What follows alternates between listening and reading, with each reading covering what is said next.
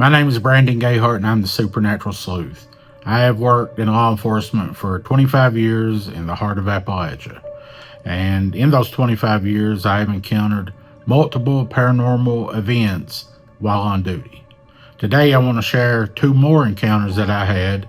And the first one that I want to share took place about 16 years ago.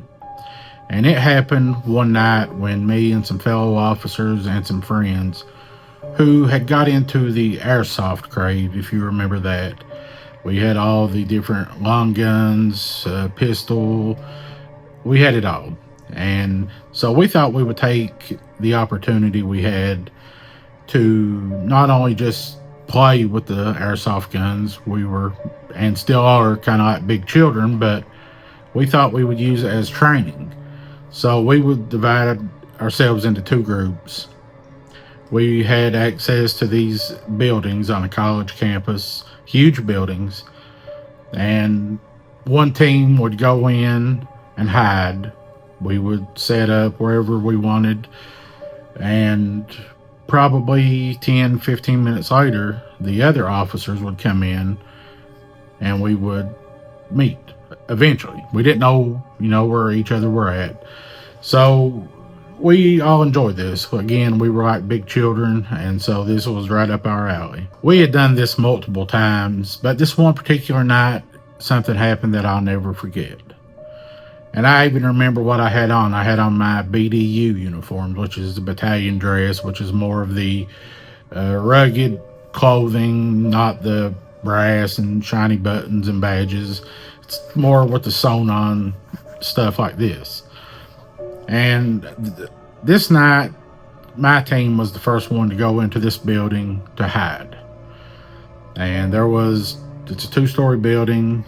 The top floor, at that time, it was being used by a preschool, which actually the preschool wasn't in use anymore, but it was still set up. There was a classroom, and inside that classroom was two small bathrooms, one for the boys, one for the girls. Two other guys on my team, they went one way, I went the other, which was upstairs.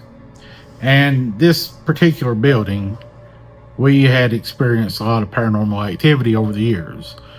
But, when you're with your friends and the officers, you don't think about this stuff usually. So with all of the lights off, or at least the majority of the lights, I make my way into this classroom, or what was once a classroom. And I go into one of the little bathrooms, which there wasn't much room at all, just a toilet and a sink, maybe a mirror. So I go in, lights off. The only light I could see, I left the door cracked open, probably 4 or 5 inches, out into the hallway, which was about 30 feet or so from me. I could see a light in the hallway. I just stood there. It was uneventful. It was boring. I was thinking to myself, I wonder if my teammates had been located. And, you kept expecting to see someone. I'm watching that one light that I can see, expecting to see shadows coming, and I don't, which isn't uncommon. And I'll never forget this part. I had on my nylon duty belt with my holster and all my pepper spray, batons, ammunition. And on the main back, I had a glove pouch where I kept a pair of rubber latex gloves. I'll never forget the moment. I thought I heard the noise before I felt it. It sounded like Velcro, which didn't really set off any red flags in the beginning. But then I began to feel the tug on my belt. It felt like someone, it didn't just feel like it, there was something pulling up the flap on my glove pouch. The Velcro would lift up and close. I could feel the tug on my belt. I could hear the Velcro ripping each time. And it wasn't a fast pull, like just ripping it like you rip a Band-Aid off. It was a slow, deliberate, frightful experience. Whatever was in that bathroom with me. And I turned around to look. There was nobody. And very small space. you couldn't have got any more than 2 people in there anyway. And so I debated, because at this time I won't say I was even really a Christian. I was Christ curious. I believed in God, but I hadn't given my life to God. And I knew that I had 2 options. I could either run or have faith and stay there. And that's what I did. I stayed there despite this going on. You know, I would reach back and feel, and of course I didn't feel anything, but when I would bring my hands back to the front, it would start back. And this went on for probably 15 to 20 minutes. I didn't hear anything else, but I did feel a shift in the air, if you know what I mean. If you've ever encountered the paranormal, you know that shift. Eventually, I heard my other guys come up who were looking for me. We were, airsoft. We started shooting at each other, and the game was over.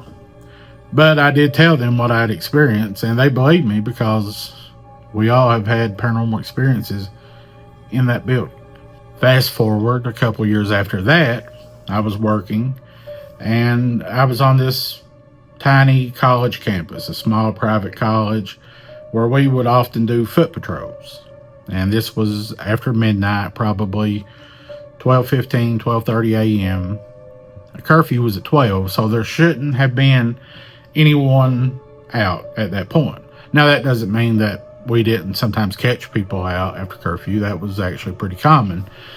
So this particular night, I had locked up all the buildings that was required that I lock up. And I was doing a foot patrol just down from where our police station was, just a few hundred yards. And I look up in one of the buildings, and in the window I can see what looks like someone, a silhouette of someone, standing in the stairwell. My first thought, a college student who's out after curfew, which again, not uncommon, usually not a big deal. So I just, say, well, I'm gonna go up. They may not know what time it is. That happened a lot. They get started doing something and studying, whatever it is. So I make my way up from the first floor to the second floor. As I go to make entry into the second floor hallway, the door itself is actually closing. It's like midway closing. And so I step it up even further, thinking whoever it is just on the inside of the hallway, only to discover nobody in either direction. Which at this point I still wasn't freaked out. So I went one way, dead end, nobody. So my thought is they went the other way. That's the only logical option. So I go that direction, and I search every room until I get to the point to where it's dead end again, and there's no one. But I seen someone in the window while I was outside. I seen their silhouette.